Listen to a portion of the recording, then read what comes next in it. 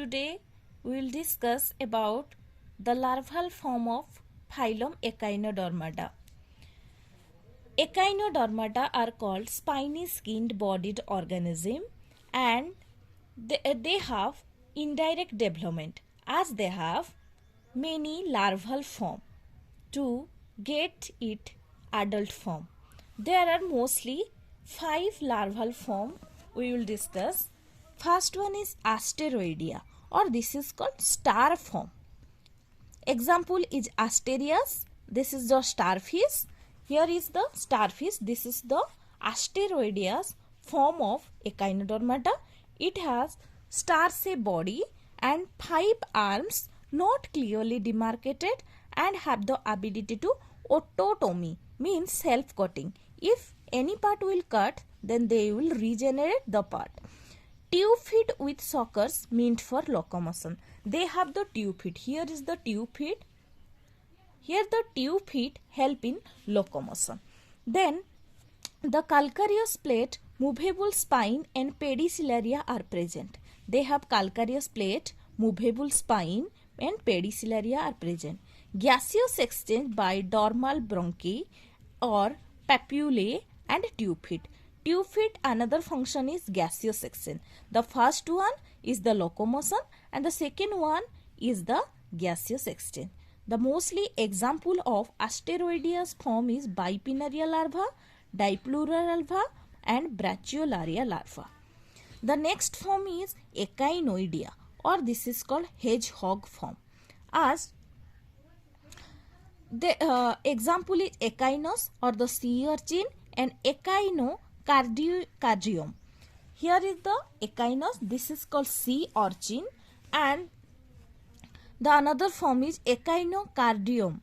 This is the source of calcium in shaped test, and Clyster, cake urchin and Echina rachius. This is the sand dollar.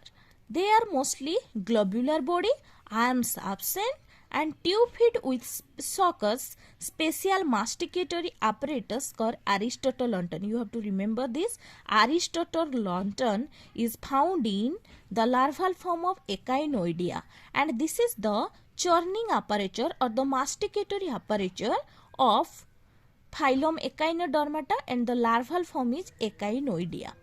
And they have the compact skeleton, movable spine and pedicellariae are absent. Respiration through peristominal gills. And example is Echinopluteus larva. This is the larval form of Echinoidea. And the third one is Crinoidea, or this is called lily form. And here is the example is Antedon or the feather star or taku sea lily. This is the living fossil. Here is the sea lily and this is comes under the Crinoidea, larval form of Echinoidea. Here this body is star shaped, attached by arboreal stalk, 5 bifurcated arm, tube feet with tentacles that collect the food. Here another function of tube feet is collection of food, and madreporite, or this is the part of mouth which is absent. Spines and pedicellariae are absent, and respiration through tube feet. Another function of tube feet is respiration. Crinoidea or doliolaria larva are the example of Crinoidea form. Next is Ophiuroidea. This is the snake tail form. Example is Ophiothrix. Here is the Ophiothrix. This is comes under Ophiuroidea. Ophiuroidea. This is the form of Ophiuroidea. They are also star-shaped, long arm, clearly demarcated, tube feet without sucker. You have to remember here the tube feet without sucker and not meant for locomotion. Anus is absent. They have calcareous plate and spine present. Pedicellariae are absent. Respiration through genital brucae, and example is Ophiopluteus larva. This is the larval form of Ophiuroidea. And the next is Holothuriidea. This is called sea cucumber form. Here is the sea cucumber. This is the larval form of phylum Echinodermata. Example is Holothuria or Cucumaria or sea cucumber. They are the fat ones with crawl on one side of their body with a gigantic caterpillar. So they are also called earthworm of the sea. They mostly crawl on the sea. That's why they are called earthworm of the sea. Elongated body, so habit of evisceration, and arms is absent. Tube feet with suckers and tentacles around the mouth and ambulacral groups are absent. The spine and pedicellariae are absent, and the cloacal respiratory tree or the exchange of gases, its lower part from Cuvierian organ. They have the Cuvierian organ which mostly help in excretion, or they are also help in respiratory exchange. Example is auricularia larva and doliolaria larva.